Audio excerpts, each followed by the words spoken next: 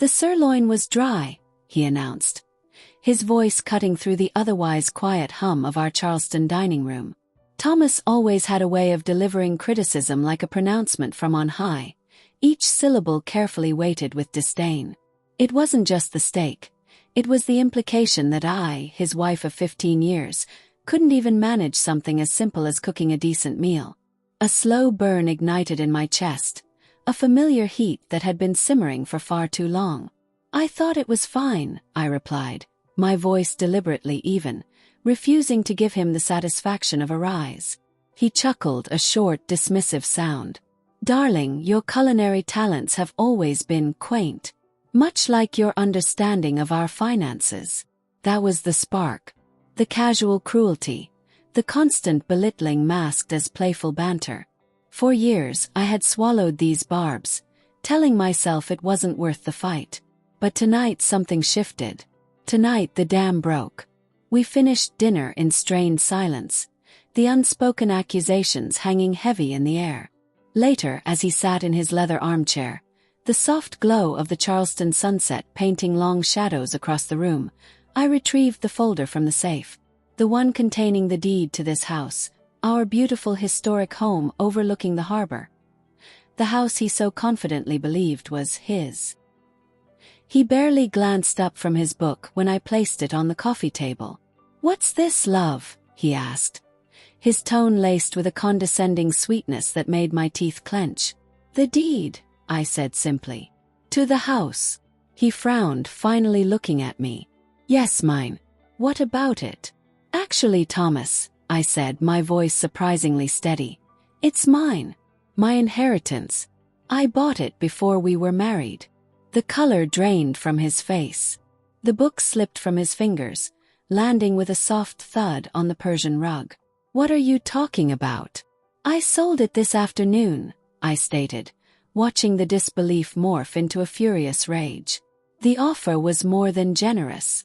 I've already wired the proceeds to an account you don't have access to." The silence that followed was thick, suffocating. His eyes, usually so full of self-importance, now held a flicker of something akin to fear. "But let him be afraid." "You wouldn't," he finally choked out, his voice barely a whisper. "Oh, but I would," I replied, a strange sense of calm washing over me. "You mocked me at dinner, Thomas. You underestimated me for years. Consider this my rather expensive lesson in respect." He rose slowly from the armchair, his movements stiff as if the news had physically aged him. His face, usually so composed and self-assured, was a mask of disbelief and betrayal. You can't be serious," he stammered, his voice raspy. "This is our home. My home. My office, my library, my everything." He gestured wildly around the opulent room, as if trying to grasp at the very walls. "It was never yours, Thomas," I reiterated, a strange sense of liberation swelling within me. "It was always mine. A fact you conveniently forgot, or perhaps deliberately overlooked." His eyes narrowed, a cold fury replacing the initial shock. "This is blackmail. Cheap trick. You think you can just walk away with everything?" "I'm not walking away with everything, Thomas. I'm walking away with what was always rightfully mine. And I'm leaving you with the consequences of your own arrogance." I watched him, a part of me almost pitying the man who had built his entire world on a foundation of condescension and assumed entitlement. Almost. The subsequent hours were a blur of escalating rage from his side, met with a steely resolve from mine. He threatened lawyers, ruin, public humiliation. I merely listened, my gaze unwavering. I had already secured legal counsel, made arrangements, meticulously planned every detail of this escape. The buyer, a quiet tech mogul from California, had been eager for a quick, discreet sale. Money, it turned out, could buy silence and speed when needed. By morning, the house felt different. The air was thick with unspoken words, a palpable tension that hummed between us. I had spent the night in the guest room, the door locked, the old key a comforting weight in my hand. He had paced, I imagined, through the halls he believed were his, the polished wood floors echoing his disbelief. I watched him from the kitchen as he made himself coffee. His shoulders slumped, the usual crispness of his posture gone. He looked smaller, less imposing. The king without his castle. "The new owners will be here in a week," I stated, breaking the fragile silence. "You have until then to arrange your affairs." He flinched, spilling coffee onto the pristine counter. "A week? Where am I supposed to go?" "That, Thomas," I said, pouring myself a cup, "is no longer my concern." The bitter taste of the coffee was a stark contrast to the sweet taste of freedom blooming in my chest. This wasn't just about selling a house. It was about reclaiming myself. Leaving the Charleston house felt less like an ending and more like an exhale I'd been holding for 15 years. I didn't wait for Thomas to pack his things, nor did I witness his departure. The morning after my announcement, I simply walked out, a single suitcase in hand, the cool sea air a balm on my face. The past few days had been a whirlwind of silent preparation. I'd secured a small, unassuming apartment across the country, in a quiet coastal town in Northern California, a place far removed from the manicured lawns and genteel gossip of Charleston. The flight was long, a liminal space between two lives. I stared out the window at the endless blue, the clouds like a vast, untouched canvas. No more carefully planned dinner parties, no more biting remarks disguised as wit, no more walking on eggshells in a house that felt increasingly like a gilded cage. A wave of profound relief washed over me, so potent it made my eyes sting. It was a liberation I hadn't dared to dream of, a freedom I had actively denied myself for too long. My new apartment was a stark contrast to the grandeur I'd left behind. It was small, with sun-drenched windows overlooking a sleepy bay, the scent of salt and eucalyptus drifting in. No antique furniture, no priceless artwork, just a comfortable sofa, a modest kitchen, and a bedroom with a view of the Pacific. For the first time in years, the space felt entirely mine, unburdened by expectations or Thomas's imposing presence. That first week was a strange mix of exhilaration and quiet contemplation.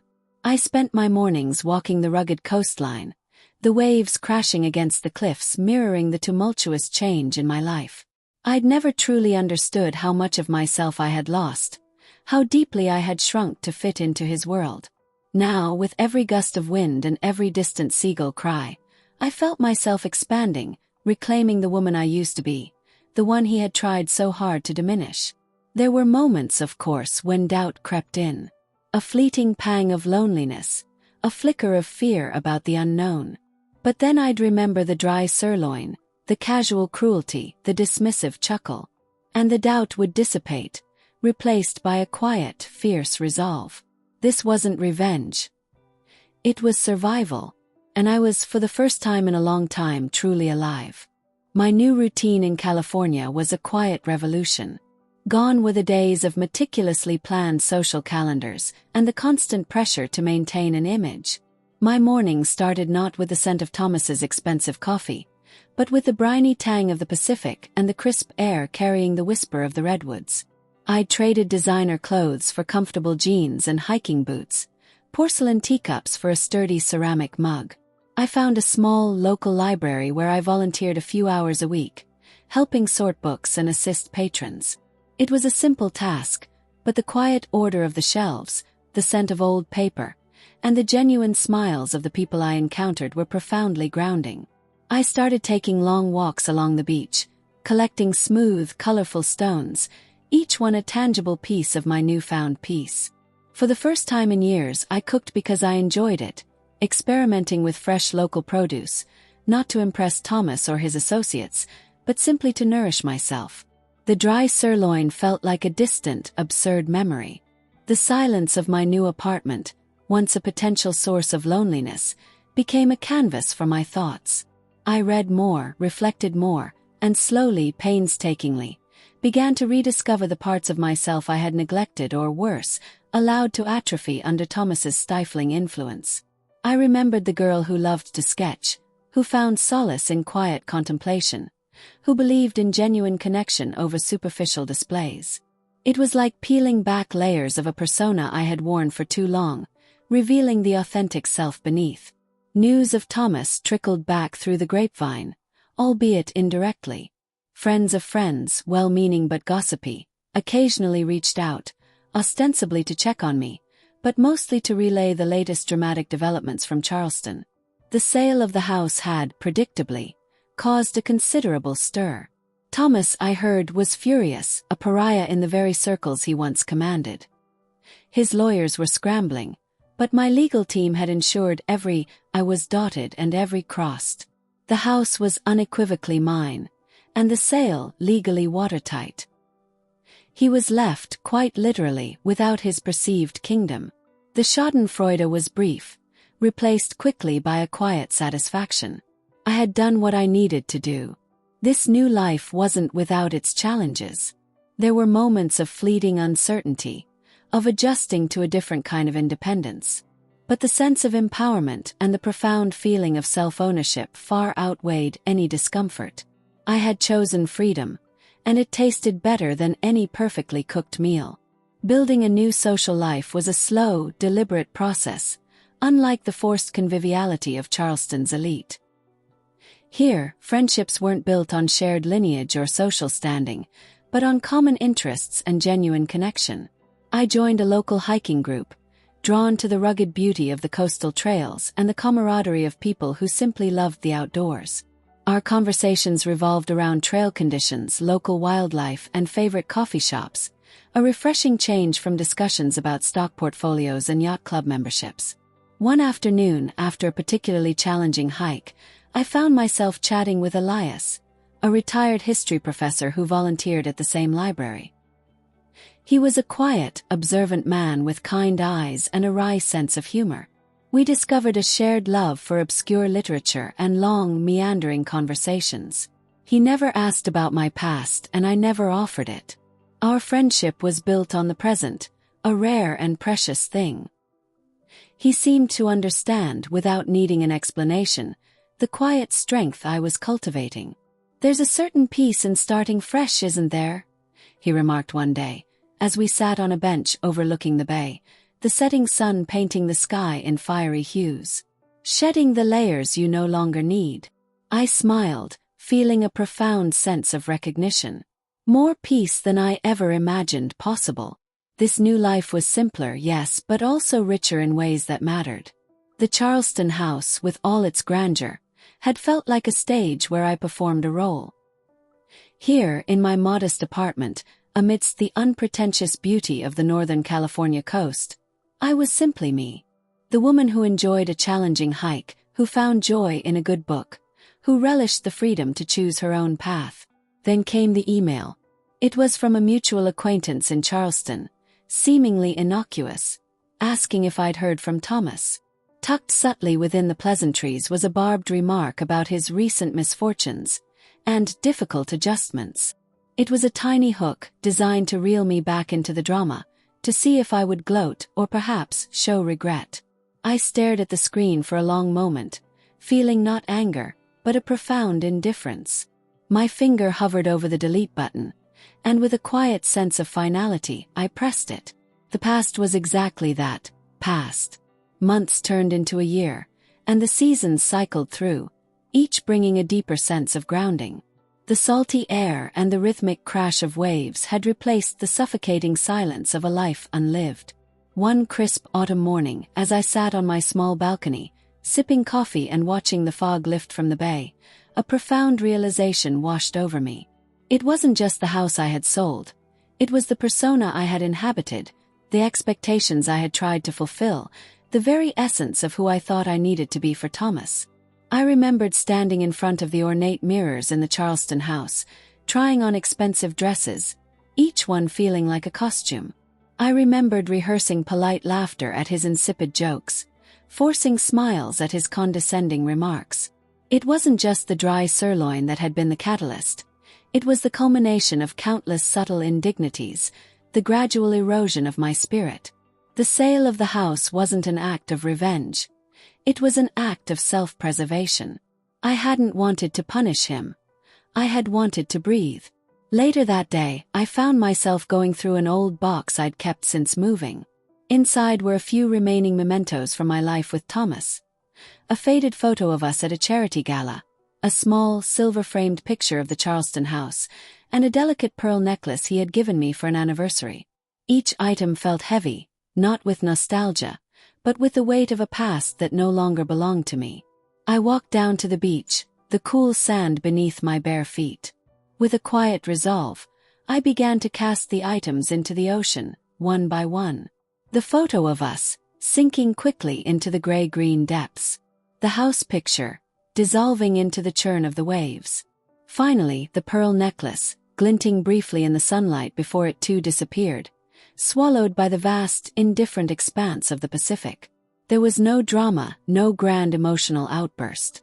Just a quiet, liberating sense of closure. The tides would carry them away, along with any lingering echoes of regret or resentment. I stood there for a long time, the wind whipping my hair, the sun warm on my face.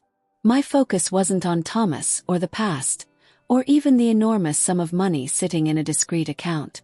It was on the vast, open horizon, on the limitless possibilities stretching out before me.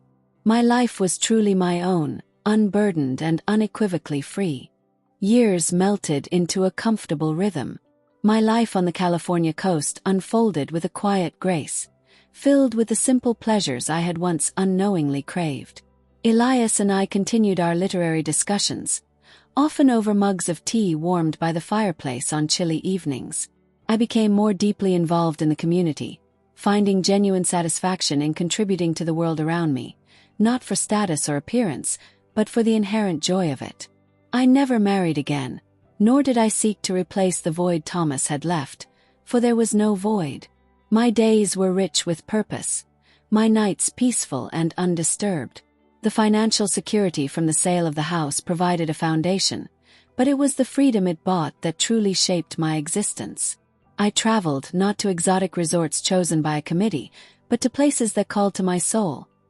The ancient forests of the Pacific Northwest, the serene deserts of the Southwest, each journey a new discovery of the world and of myself. Rumors of Thomas occasionally reached me, faint echoes from a distant life. He had struggled predictably. The loss of the house, a symbol of his perceived power, had been a devastating blow. His business ventures faltered without the social leverage he believed the property provided. I heard he eventually moved to a much smaller residence, a shadow of his former self, consumed by bitterness. But the news held no power over me. It was like hearing about a character in a book I had long finished reading. My focus remained on the uncharted horizon before me. Each sunrise over the Pacific was a reminder that life was vast, beautiful, and full of possibilities when you dared to claim your own space within it. The dry sirloin, the mockery, the house he thought was his. They had merely been the final push I needed to step into a life that was unequivocally, gloriously, and entirely mine. And in that I found everything. Life on the California coast continued to be a tapestry woven with peace and purpose. The rhythmic sound of the waves, the scent of pine and salt, and the genuine connections I'd forged had become the anchors of my existence. The memories of Charleston and Thomas had faded into a quiet background hum, like a distant, irrelevant melody. Then the first ripple. It arrived not as a dramatic confrontation, but as a carefully worded letter from a high-profile legal firm in New York. The firm was representing Thomas in a civil suit, alleging that the sale of the Charleston house constituted an unlawful disposition of marital assets and emotional distress. My blood ran cold, a familiar knot forming in my stomach, one I thought I'd banished forever. He was trying to claw his way back, not into my life directly, but into my peace, into my financial security. My initial reaction was a surge of anger. How dare he?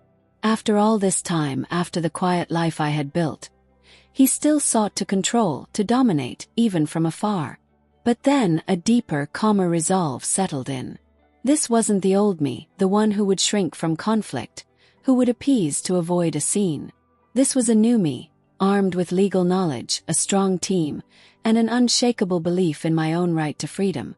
I immediately contacted my lawyers, the same meticulous firm that had handled the sale of the house.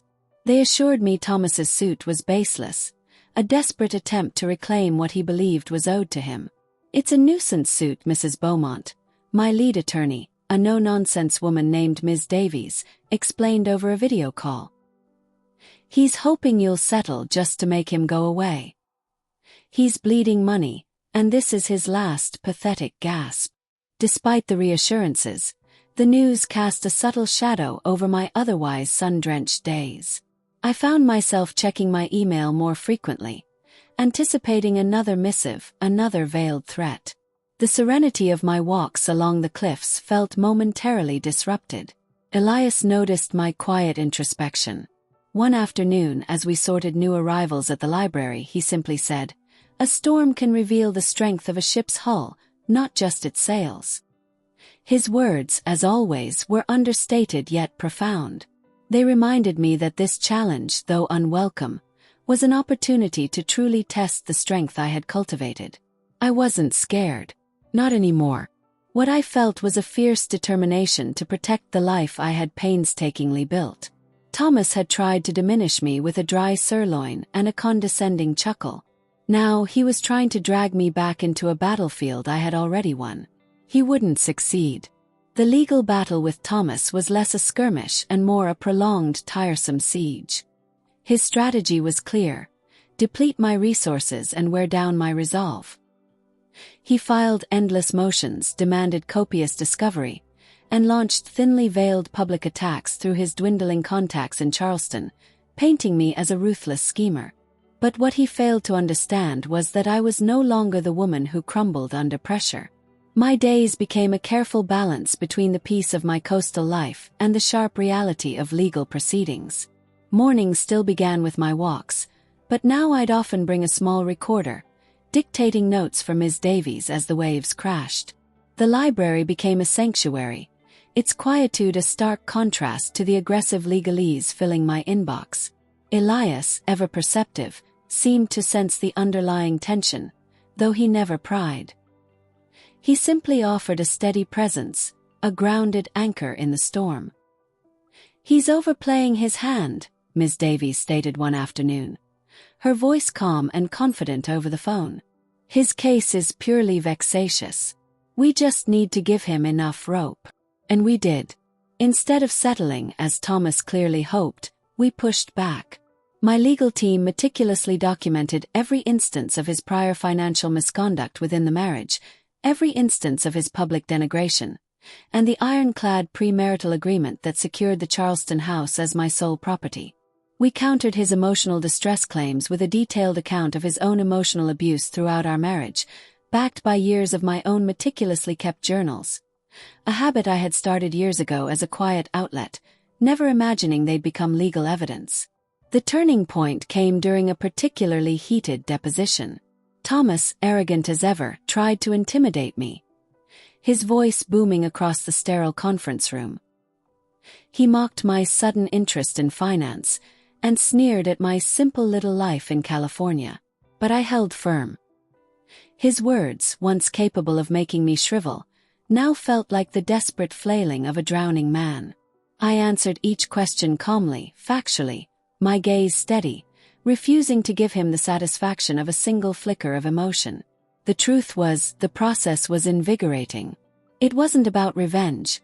It was about justice and defending the boundaries I had so painstakingly erected. Every document I reviewed, every legal strategy meeting, cemented my understanding of my own rights and my own power. This wasn't Thomas's narrative anymore. It was mine. Ultimately, facing the overwhelming evidence against him and the mounting legal fees, Thomas's case collapsed. His lawyers, no longer willing to indulge his fantasies, advised him to drop the suit. The final dismissal came not with a bang, but a quiet email notification. There were no apologies, no final words from him. Just the cold, impersonal language of legal closure. I felt a surge of relief, certainly, but also something more profound, a deep sense of validation. I had stood my ground. I had protected my peace. The house, my freedom, my new life. The foundation was unbreakable. The echoes of his world no longer disturbed my shore. They simply faded, carried away by the endless currents of the Pacific, leaving me to chart my own magnificent course. My initial conversation with Clara sparked a whirlwind of activity. This significant help I offered quickly materialized into a substantial donation that transformed her youth program.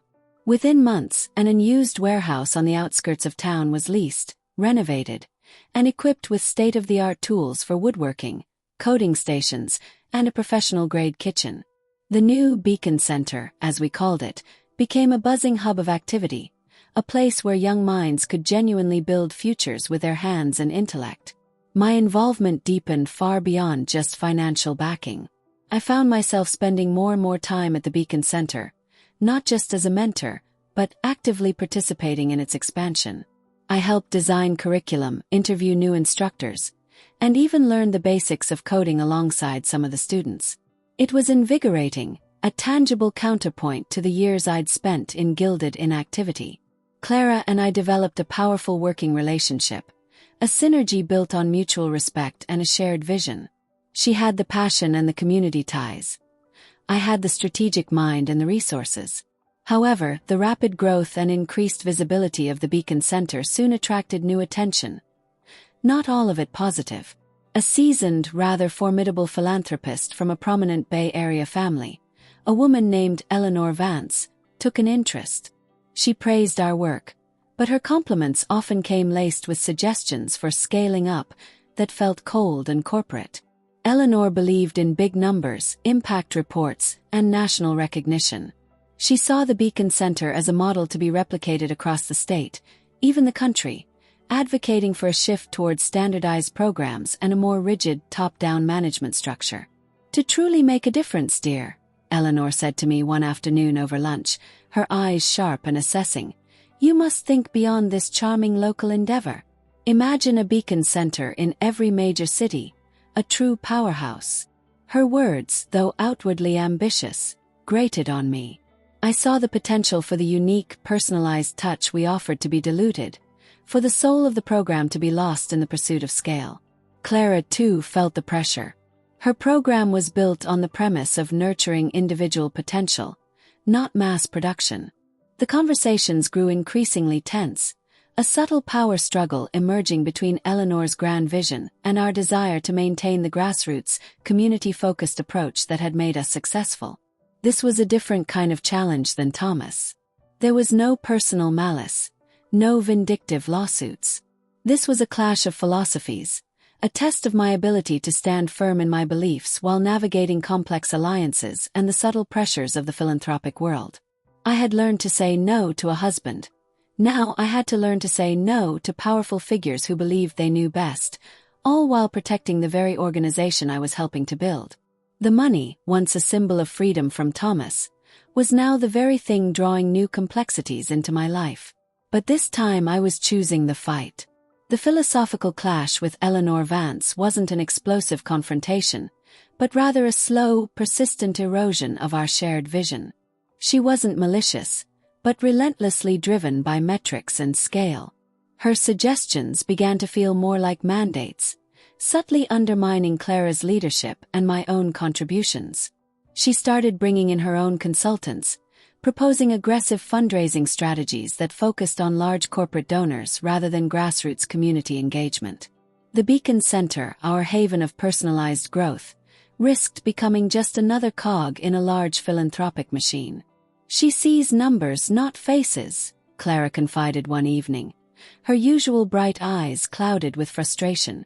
"She talks about impact units when I talk about futures built." I understood completely. This was a different kind of threat, more insidious than Thomas's overt cruelty. Eleanor was trying to reshape our dream into her vision of success, believing it was for our own good. It tested my patience, my newfound assertiveness, and my ability to differentiate between constructive advice and controlling influence. I couldn't just walk away like I did with Thomas. This was something I had poured my heart into, a true extension of my reclaimed self. The decisive moment came during a board meeting that Eleanor had strategically orchestrated, stacked with her allies. She presented a detailed plan to standardize our curriculum, franchise the Beacon Center model, and most critically, bring in a new CEO with experience in large-scale nonprofit management, a clear move to sideline Clara. My heart pounded, but my voice remained steady when I spoke. Eleanor, your vision for widespread impact is commendable, I began, my gaze sweeping the room. But the success of the Beacon Center lies precisely in its local, adaptable, and deeply personal approach. It's not a factory, it's a greenhouse. And standardization, while efficient, risks stripping away the very essence that makes it thrive. I then presented my own counter-proposal, meticulously prepared with Clara's input. It outlined a sustainable growth model focused on deepening local impact through partnerships, rather than rapid, top-down expansion. I leveraged my own business acumen, honed during my years with Thomas, though I never would have admitted it then, but infused with the values I now held dear: community, authenticity, and empowerment. I even pointed out the potential pitfalls of overextension, citing specific examples from failed philanthropic endeavors. The room was silent. Eleanor, for the first time, looked genuinely surprised. She was used to gentle deference, not a firm, well-articulated challenge. I wasn't just some wealthy donor. I was an active, invested partner, capable of fighting for what I believed in. The meeting ended without a definitive vote, but the shift was palpable. I had pushed back, not with anger or bitterness, but with conviction and strategic intelligence. Eleanor's carefully constructed narrative had been disrupted. The fight for the soul of the Beacon Center was far from over, but I had drawn a clear line in the sand. This was my new home, not just a building but a purpose, and I would defend it with every bit of the strength I had discovered within myself. The tension with Eleanor Vance didn't dissipate overnight. After that pivotal board meeting, she pulled back, her usual effusive charm replaced by a cool, calculating distance.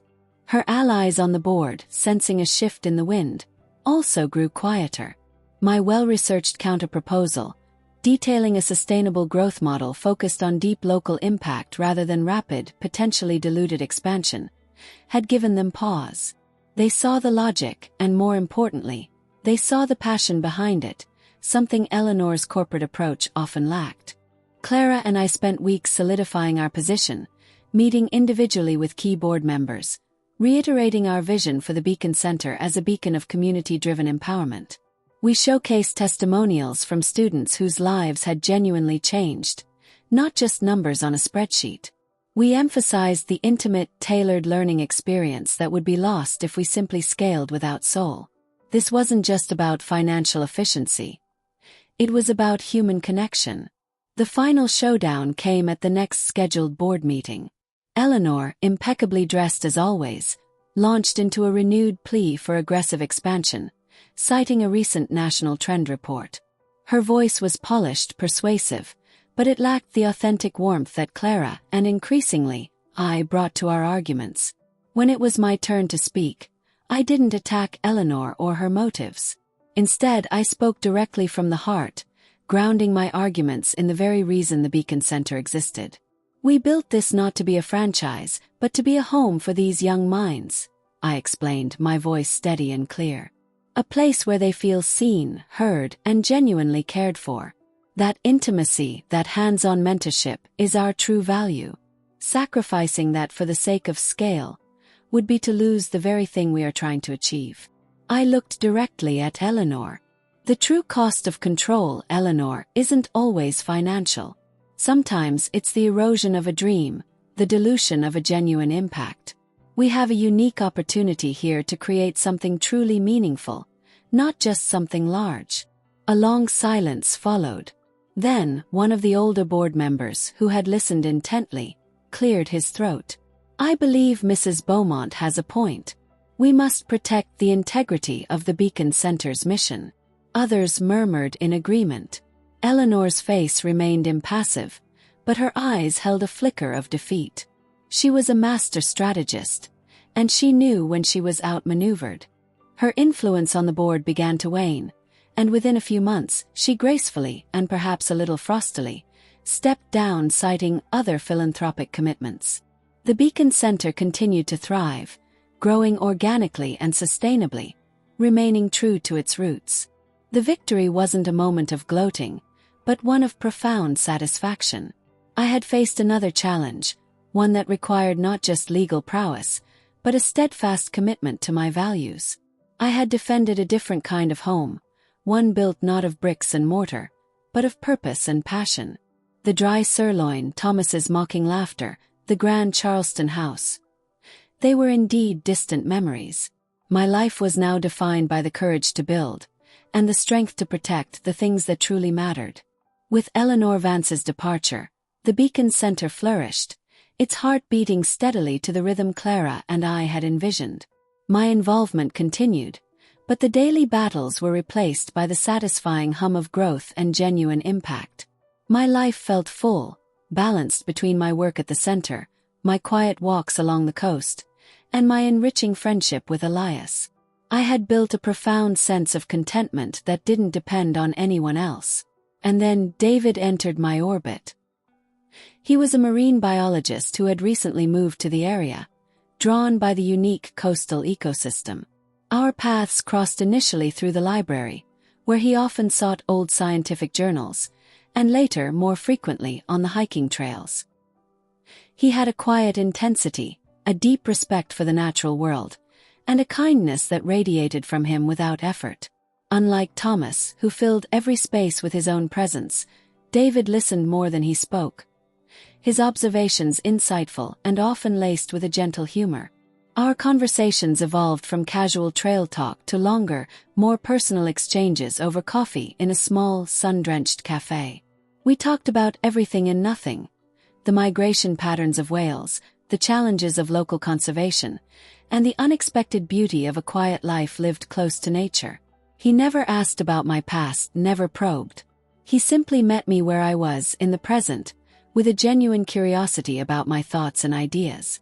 4 years after Thomas, the very idea of a romantic connection had felt like an affront to my hard-won independence. I had walled off that part of myself, convinced that intimacy inevitably led to compromise, to being diminished. But David was different. There was no pretense, no subtle power play. His interest felt pure, untainted by expectation. One evening, after a particularly long hike that ended with a stunning sunset over the ocean, we found ourselves sitting on a secluded bench, the sky ablaze with color. The silence between us wasn't empty, but comfortable, filled with unspoken understanding. "You have a remarkable strength about you," David said, his voice soft, breaking the quiet. "Like the ancient rocks here, shaped by the elements, but unyielding at their core." His words, so simple, resonated deeply. They acknowledged the journey I'd been on without needing to know the details. They saw the strength I'd fought so hard to cultivate, not just the woman who had sold a house. A warmth spread through me, different from the fires of anger or the heat of ambition. It was the warmth of being truly seen, truly appreciated. It was a quiet knock at the door I thought I had sealed shut. Not a demand, not an expectation, but a gentle invitation. The question wasn't if I could let someone in, but if I would choose to, not out of need, but from a place of wholeness. The uncharted horizon of my life stretched before me, and now, for the first time, I considered the possibility of sharing it. The quiet invitation David extended on that sunset bench was one I found myself cautiously accepting. Our shared walks grew longer, our conversations deeper, stretching into evenings where the gentle hum of the ocean outside my window became the backdrop to stories of our lives. He spoke of his passion for marine conservation, his field research, and the simple joys of a life dedicated to understanding the natural world. I, in turn, found myself sharing more than I ever thought I would again. Not the sanitized version of my past, but glimpses of the woman I was becoming, and the subtle fears that still lingered. The challenge wasn't David, it was me. After Thomas, I had built an impenetrable wall around my heart. Every act of kindness, every shared laugh, was met with a subconscious test. Is this genuine? Is there an ulterior motive? How will this be used against me? These were the insidious questions that Thomas's years of undermining had etched into my mind. I found myself pulling back slightly whenever David's hand brushed mine, or when his gaze lingered a moment too long. It wasn't a conscious rejection, but an automatic defense mechanism. One crisp afternoon, we were exploring a tide pool, David enthusiastically pointing out different species of anemones and sea stars. He reached out to help me steady myself on a slippery rock, and as his hand closed around my arm, a flash of something akin to panic shot through me. It was irrational, a phantom limb ache from old wounds. I instinctively recoiled, mumbling an apology, my face hot. David, ever perceptive, simply squeezed my arm gently before letting go. "Are you all right?" he asked. His eyes filled with genuine concern, not judgment. The sincerity in his voice chipped away at my defenses. It's just sometimes," I began, my voice softer than I intended. "Intimacy feels dangerous." He didn't press, didn't demand explanations. He just nodded slowly, his gaze drifting out to the horizon. "It can be," he conceded. "But so can living a life without it." His quiet understanding was a revelation. Thomas would have mocked my vulnerability, dismissed it as weakness. David simply acknowledged it, making space for my fear without shrinking from it.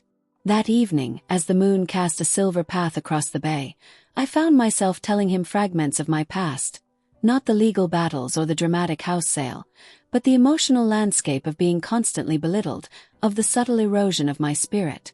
I spoke of the dry sirloin, not as the singular event, but as the final, cutting symbol of years of disrespect. He listened, truly listened, without interruption, without judgment. When I finished, the silence was heavy, but not uncomfortable. Then he simply reached across the table and took my hand. His touch was warm, steady, and utterly reassuring. It wasn't a demand, but an offering of connection. And for the first time in a very long time, I didn't pull away. I held on, a tentative new chapter of vulnerability and trust beginning to unfold. The strength I had found in independence now extended to the courage to open my heart. The tentative connection between David and me blossomed into something profound, a quiet, deep love that felt both new and eternally familiar. We shared simple joys, long hikes in the redwood forests, cooking elaborate meals in my modest kitchen, and countless evenings on the balcony, watching the moon rise over the Pacific. With David, there were no expectations, no performances, just a steady, unwavering acceptance that allowed me to be fully, authentically myself. He learned about the Beacon Center and my passion for it, becoming a quiet supporter, offering thoughtful insights from his own scientific perspective. I learned about the delicate ecosystems he studied and the quiet dedication required to protect them. Our lives, once so disparate, began to intertwine seamlessly, like two rivers finally merging. Just as my heart was settling into this new rhythm, a jarring note from the past echoed. It wasn't Thomas directly, but an unexpected visit from Sophia, a distant cousin of his, who was passing through California for a charity event. Sophia had always been a periphery figure in my Charleston life, known for her sharp tongue and even sharper observations. She found me at the Beacon Center ostensibly, just wanting to say hello. Her eyes, however, held a glint of something more, a morbid curiosity. After exchanging pleasantries, she leaned in, her voice dropping conspiratorially. "Thomas, he's quite isolated now. Lost nearly everything, really. That house, well, it was the cornerstone, wasn't it? People talk, about how you pulled the rug out from under him." A familiar chill crept down my spine. It was the same old narrative, the same attempt to diminish my actions, to paint me as the villain. For a fleeting second, the old instincts resurfaced. The urge to defend, to explain, to justify. But then, I looked around the bustling Beacon Center, saw the young faces engaged in learning, heard Clara's encouraging laugh from across the room. This was my reality now. Not Thomas's judgment, or Sophia's gossip. I met Sophia's gaze, my own clear and steady. "Sophia," I said, my voice calm, "what Thomas lost was a perception, not a reality. This," I gestured around the vibrant space, "this is what I've gained. A life built on substance, not pretense." Sophia, taken aback by my composure and lack of defensiveness, mumbled a quick goodbye and retreated, leaving the past to dissolve into the purposeful hum of the present. Later that evening, sharing the story with David, I felt a deep sense of peace. He simply listened, his hand resting on my knee. "You handled that with incredible grace," he said. His eyes filled with admiration. "You didn't need to fight her battle. You just stood in your truth." His words resonated. The old me might have stewed in anger for days, allowing Sophia's words to fester. But the new me understood that my peace was no longer contingent on external validation or the absence of criticism. It was an internal state, forged through fire and fortified by the love and purpose I had cultivated. Holding David's hand, looking out at the boundless ocean, I knew I wasn't just free from something. I was free for everything. My life was an uncharted ocean, and with David by my side, I was ready to sail towards whatever magnificent horizon lay ahead. Years continued to add texture to my life, each one deepening the roots I had so firmly planted in California. The Beacon Center, under Clara's passionate leadership and with my continued strategic support, blossomed beyond our wildest dreams. We never succumbed to the pressure for sterile, rapid expansion. Instead, we focused on establishing a few more specialized campuses, each meticulously designed to serve unique community needs, always maintaining the core philosophy of personalized mentorship and hands-on skill building. The model wasn't about replication. It was about genuine, organic growth. I saw the lives transformed daily. Young people finding their passion in coding, developing confidence through woodworking, or discovering the joy of creating in the culinary arts. Their success, their bright futures, were the true legacy of that dry sirloin, of that house I sold. It was the antithesis of Thomas's world, a world where worth was measured in genuine contribution, not in superficial displays of wealth.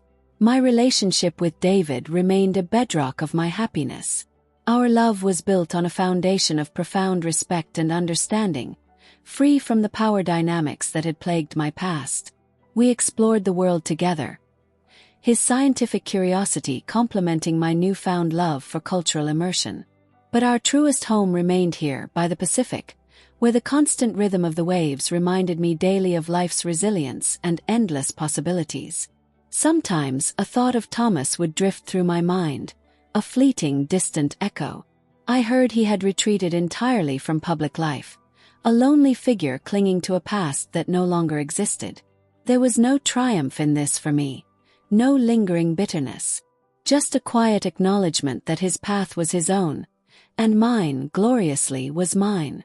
My life wasn't a fairy tale ending, but something far more real and enduring. It was a life I had actively chosen, meticulously built, and fiercely defended. I had shed the expectations, the criticisms, the gilded cage of a marriage that suffocated my spirit. I had learned that true wealth wasn't measured in square footage or stock portfolios, but in the richness of genuine connection, the satisfaction of purpose, and the profound peace of knowing who you are and what you stand for. The woman who had been mocked at dinner had finally found her voice, her strength, and her own magnificent home in the world. The quiet success of the Beacon Center eventually began to send ripples beyond our local community. Its unique model of personalized mentorship, coupled with demonstrable outcomes, caught the attention of national educational organizations and philanthropic foundations. Articles appeared in niche publications, then in larger, more prestigious ones, hailing our approach as a refreshing alternative to traditional vocational training. Suddenly, Clara and I were invited to conferences, asked to speak on panels, and approached by major donors looking to replicate our success.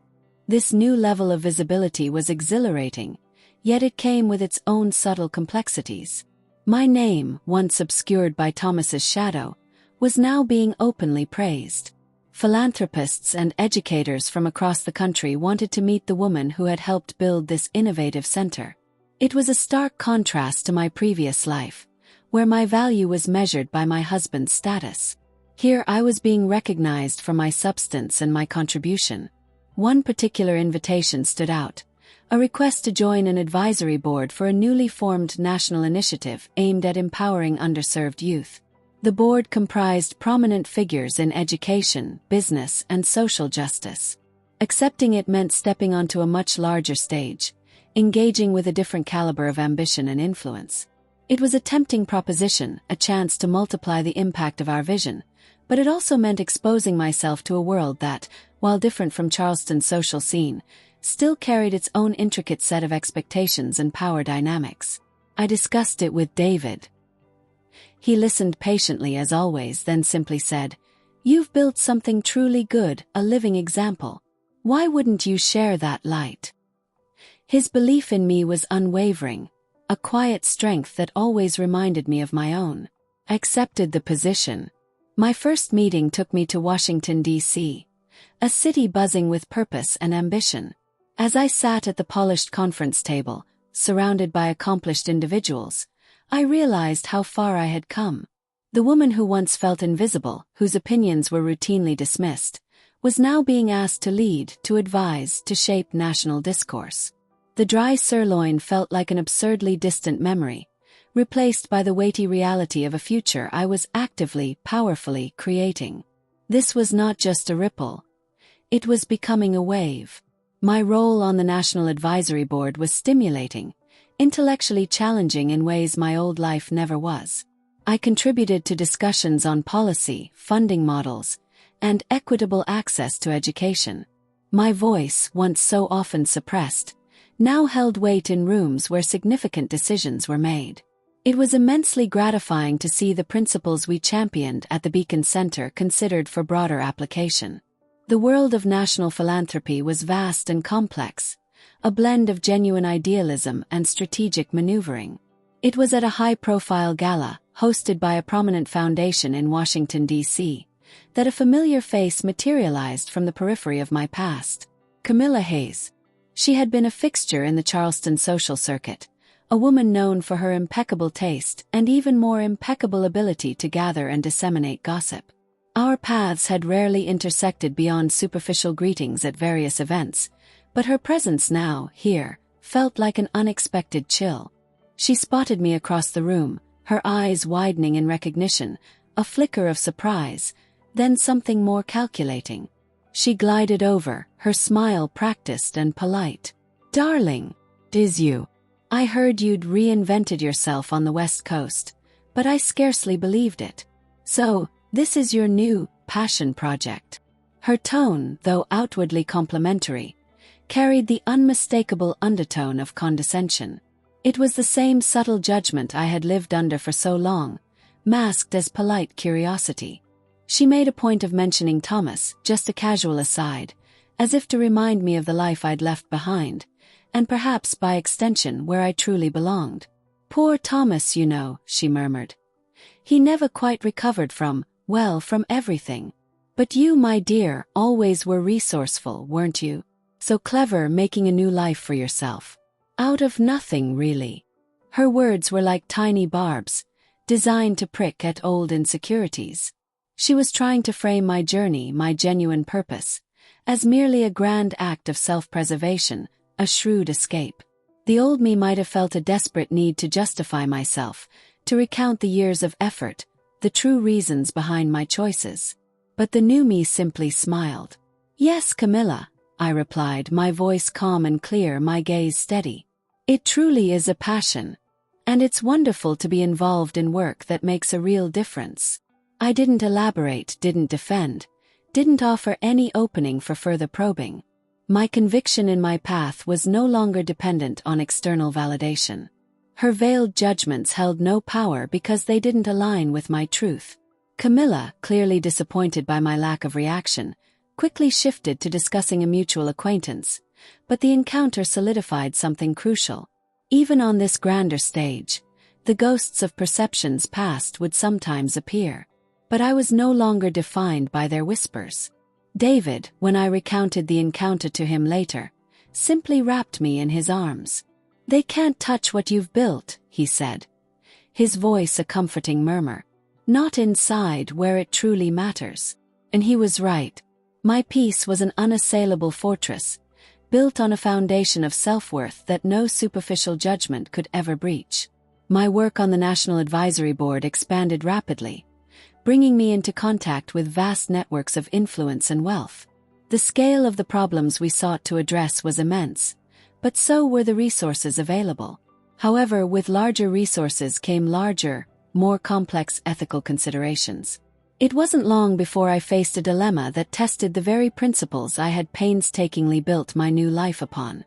The board was considering a major funding proposal from a multinational corporation, Global Tech Solutions. Their offer was substantial, enough to significantly scale several key initiatives. On the surface, it seemed like a dream partnership. Yet, during our due diligence, it became apparent that Global Tech had a troubling track record regarding labor practices in its overseas factories. While their philanthropic arm presented a benevolent image, the core business operations were steeped in questionable ethics. Many on the board, eager for the massive injection of funds, argued for accepting the donation. "It's for the greater good," one member insisted. "We take their money and do good work. Their business practices are separate."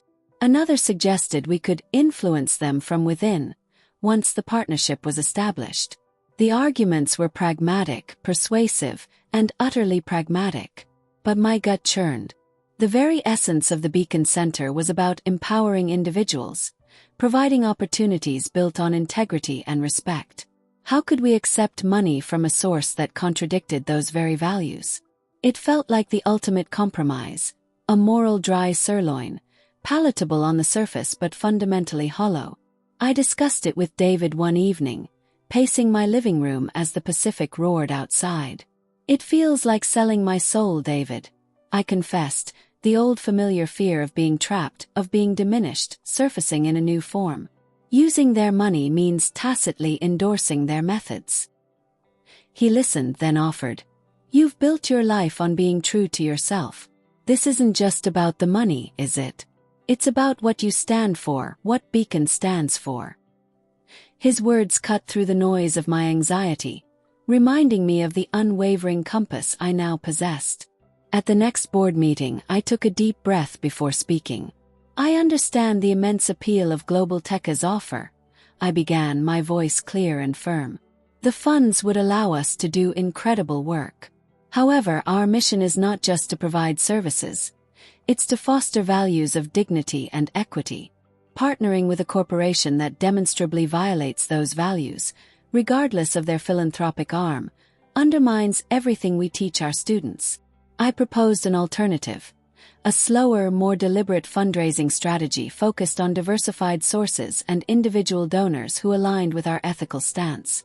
It meant a tougher road, slower growth, but growth built on a foundation of uncompromised principles. The room was divided. Some were frustrated, seeing it as an idealistic roadblock. Others, however, looked at me with new respect. This wasn't about personal gain or escape. It was about the integrity of the mission. I had made my stand. My principled stand against the Global Tech Solutions donation created an immediate tremor within the National Advisory Board. The room that day was thick with tension. Some board members, particularly those focused on immediate scalability, were visibly frustrated. Their whispers spoke of missed opportunities and unnecessary idealism. It was a stark reminder of the pragmatism that often governed such high-stakes environments.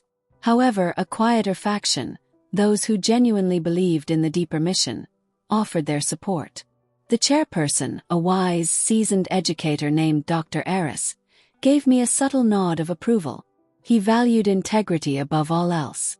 The immediate aftermath was a period of intense activity. We now had a significant funding gap where Global Tech's millions would have been.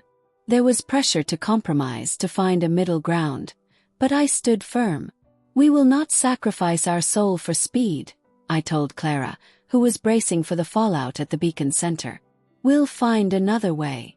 And we did. My alternative proposal, initially dismissed by some as overly cautious, now became our roadmap. We launched a focus campaign, reaching out to individual donors and smaller foundations that explicitly valued ethical philanthropy and grassroots impact. I leveraged my personal network, sharing the story of the Beacon Center with unprecedented honesty, detailing not just our successes, but our unwavering commitment to uncompromising values. The response was astounding. People resonated with our story. They were tired of faceless corporate giving and wanted to invest in something authentic. Donations, smaller individually but significant collectively, began to pour in. It was a slower process, yes, but each dollar felt cleaner, more deeply aligned with our purpose.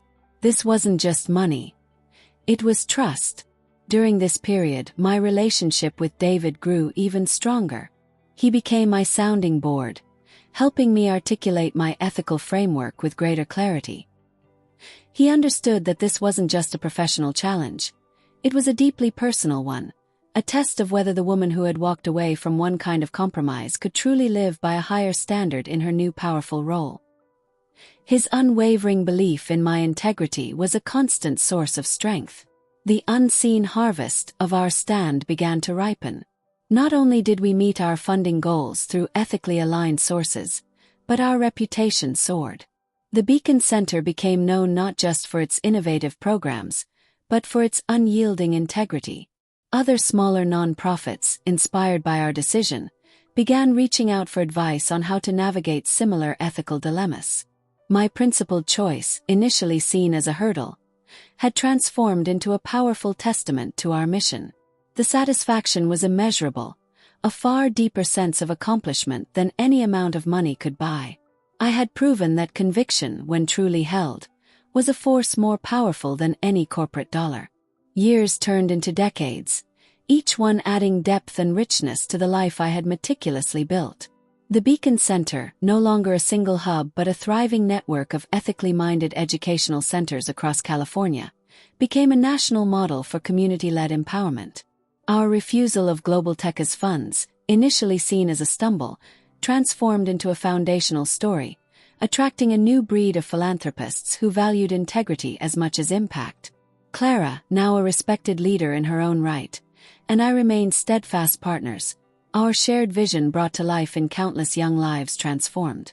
My role on the national advisory boards continued, evolving from active leadership to a more advisory, elder statesman position. I mentored younger leaders, championed sustainable initiatives, and spoke at events not as a socialite or a survivor, but as a woman who had learned the true meaning of value. Not what you acquire, but what you contribute, and how authentically you live. My relationship with David deepened with every passing year, becoming the quiet, constant joy of my life. We aged together by the Pacific, our hands still entwined during our sunset walks, our conversations still filled with wonder about the natural world and the endless possibilities of human connection. He was my anchor, my confidant, and the living embodiment of a love free from expectation or control. Our home by the bay was filled with laughter, the scent of good food, and the comfortable silence of two souls truly at peace. Sometimes, sitting on my balcony, watching the moon cast its silvery path across the water, my mind would drift back to that Charleston dining room. The dry sirloin, the mocking chuckle. It felt like a lifetime ago, a scene from a play I had long since exited. The woman who sat there, silently enduring, was a stranger to the woman I had become. I had not just sold a house. I had sold a narrative, an old version of myself. My life was no longer defined by what I escaped, but by what I had built. A legacy of purpose, a love rooted in truth, and an unwavering sense of self. The uncharted horizon, once a symbol of intimidating unknowns, was now a promise of endless, illuminated possibilities. My freedom wasn't just a destination. It was the journey itself, taken one deliberate, courageous step at a time.